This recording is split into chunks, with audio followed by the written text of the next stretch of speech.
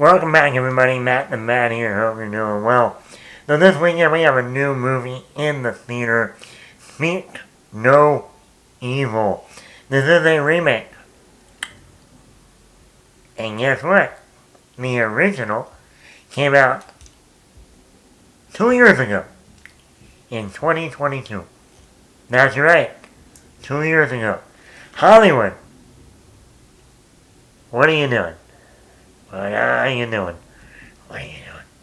What are you doing? 2 years? The original came out only 2 years ago? And I thought women complain when a guy comes in 2 minutes. Remaking a movie after only 2 years since the original, that's a whole new definition of a quickie.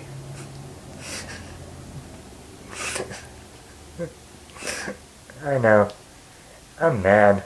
I'm real mad. Just like James McAvoy in this movie.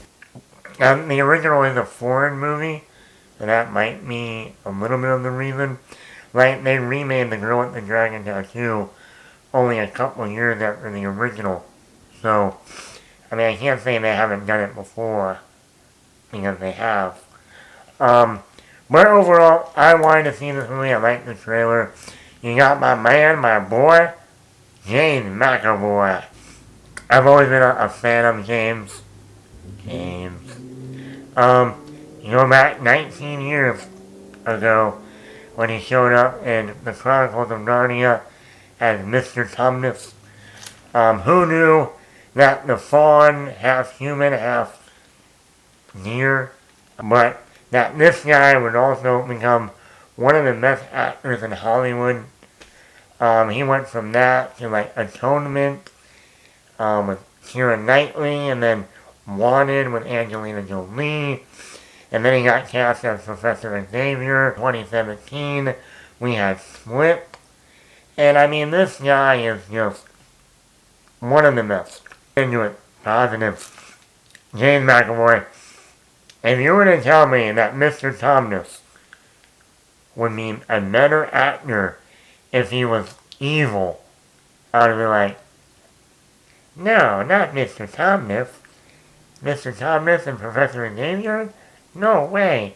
But between Split and now this movie, Speak No Evil, James McAvoy is fucking incredible when he's not the good guy.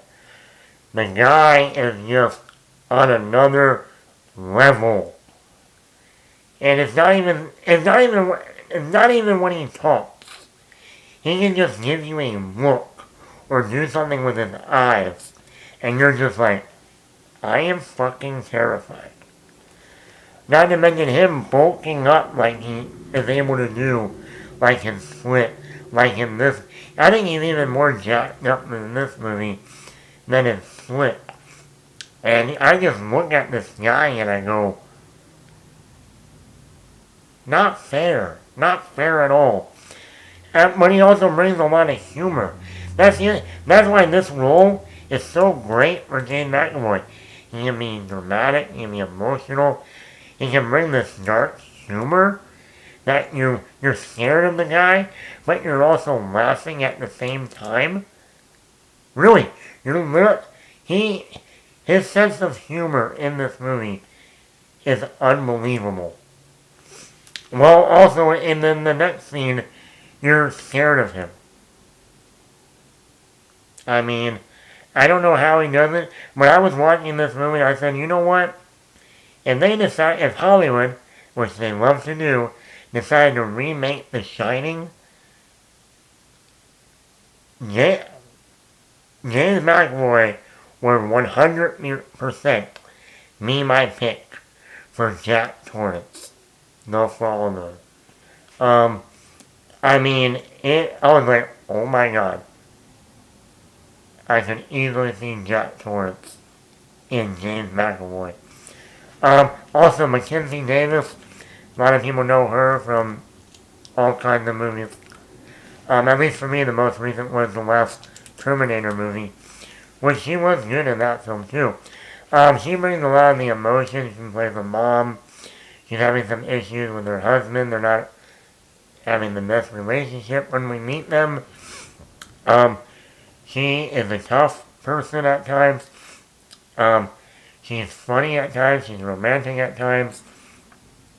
The way she is as a parent is great. Sue McNary plays the husband. I like seeing him in this role. He's almost like he's very weak. He's a weak character. And Scoot McNairy really plays that well, especially off of Mackenzie Davis. And then, of course, James McAvoy. But as the film goes along, you start to see him become a little bit more of a strong man. Also, like I said, this movie is funny. I did not realize how funny this movie was going to be. It's a lot of dark humor, but I love dark humor. That's my thing. People who know me go, yeah, he's funny. But a lot of his humor is dark. The movie is very intense at times. Especially when we get into like the second half of the movie. Especially when we get into the third act. It's very intense, very suspenseful. There are moments you're on the edge. It's violent. And that's what you want in this horror, thriller, mystery. So it gave me what I wanted. And the movie's only an hour and 50 minutes. I thought the pacing was very well done. Some might argue it takes a while to finally get to the horror elements of the movie. But I like how it milled the characters out. The different dynamics, the rocky relationship with the husband and wife. We get to know the James McAvoy and his wife. And I like when movies actually build the characters before just jumping into the action or the horror. You know what I mean?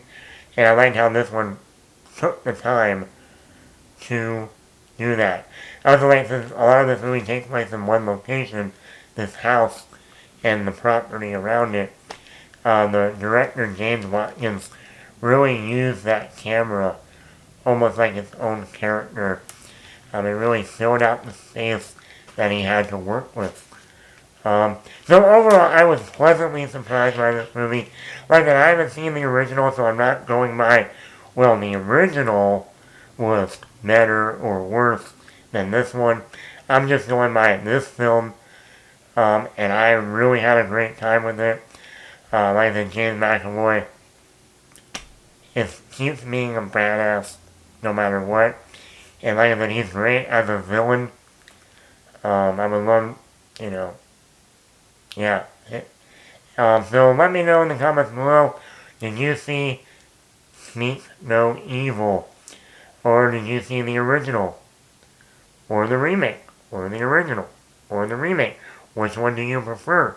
The original or the remake?